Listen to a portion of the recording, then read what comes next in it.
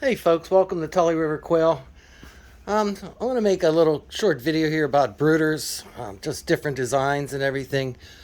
I'll start with our first brooder that we use. So when we take our hatching eggs as they hatch from our incubator in our fabulous dishwasher incubator, we put them in this little shallow box that has 100-watt ceramic lights that are on a programmable timer or a programmable thermostat.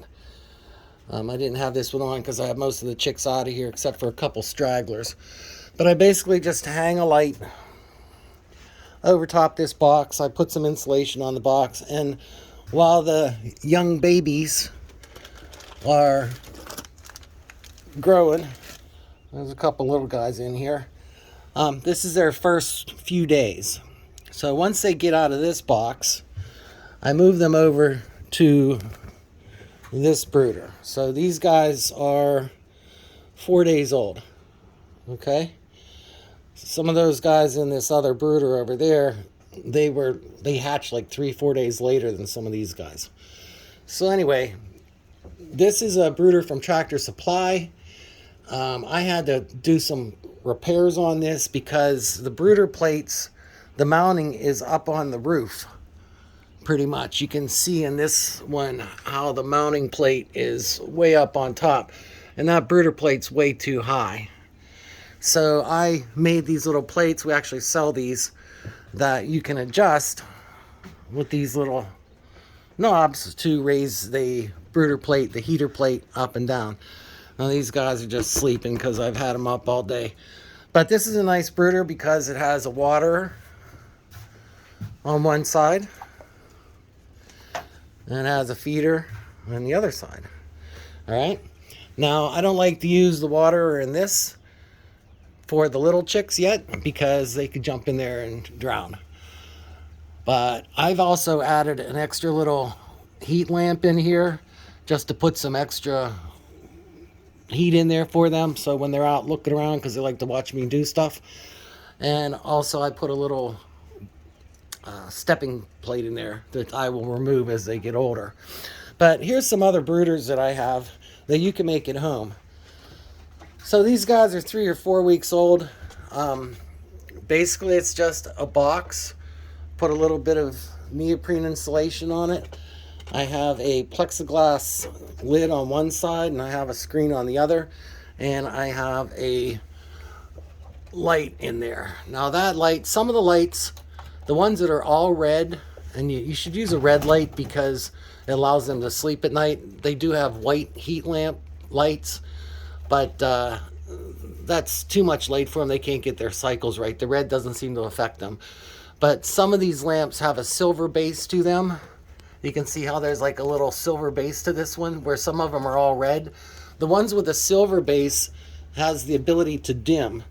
So I actually took this switch and I put a dimmer switch on there. So I have a dimmable switch that I could use with a little old controller that I had, a wall thing. Now they have the nice Lutron sliders, but anyway, I can control this outlet, which I don't need to do.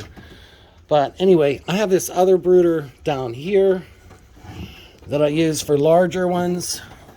And again, this is just a box. I have some drinkers in there. I have some little windows cut out on the side that have screens in there so that they can actually look at me. So if I have a bunch of them brooding, I'll put them there. All right, let's go to another brooder that I have. So outside in my quail house, I have a little brooder set up where I have some ceramic heat bulbs inside and a little thermocouple down at the bottom that allows me to regulate the temperature. So once they get a certain age, I can bring them out here. I'm still using 1/4-inch mesh on the floor, and once I get them out here, I can do the same thing with the controller that I built. I just turned this on, so we're not up there yet, but I have these both set for 85. I probably need to set them at 80. But you can see I turned this one on first, so we're almost there. Anyway, that'll keep those bulbs at 80 degrees and that temperature. So I'm going to put the birds that are in this small box into that here in a couple minutes. But let me just show you what you can make at home. The trick is you want to be able to keep a 1 week bird at 95 degrees, 2 week bird at 90, 3 week bird at 85, 4 week bird at 80. Now the Coturnix, especially the jumbos, seem to grow so fast that after 3.5 weeks they're pretty much fully feathered, and you can, slowly, especially in the spring or summer, you don't really need any accessory lighting. But this is what most people do. A lot of people call me up, well, I want hens, I want adult birds. Well, in 3 weeks you almost have adult birds, and all you really need to buy is a light, which is good to have, right? And everybody has a tub like this at home. So basically all you need is a light. Here's one of those bulbs that is adjustable, or you can use a ceramic bulb in here, and a way to raise this up and down so you can figure out what the temperature is on the bottom. So a screen side and another side to maybe keep the heat in there. When you're doing a brooder, you want to give them the ability to get out of the heat but stay in the heat if they want to. So one thing, if it's like super cold and you're doing this, you're in your garage in January or December, you want to make sure that the food is within reach of the heat. Some people have reported that they put the feed way over here, and by the time the bird gets over there to eat and drink, they come back over here and they froze to death or died due to low body temperature. So anyway, 1 week old chicks are a lot cheaper than buying 3 week old chicks. They're almost twice as much for a 3 week old chick, because it takes us money and time and feed and effort to raise those birds that long.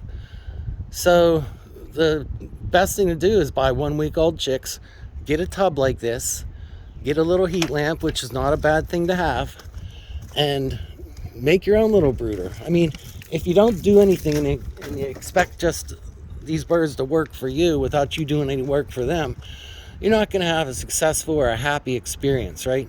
So the more you put into it, the more you get out of it.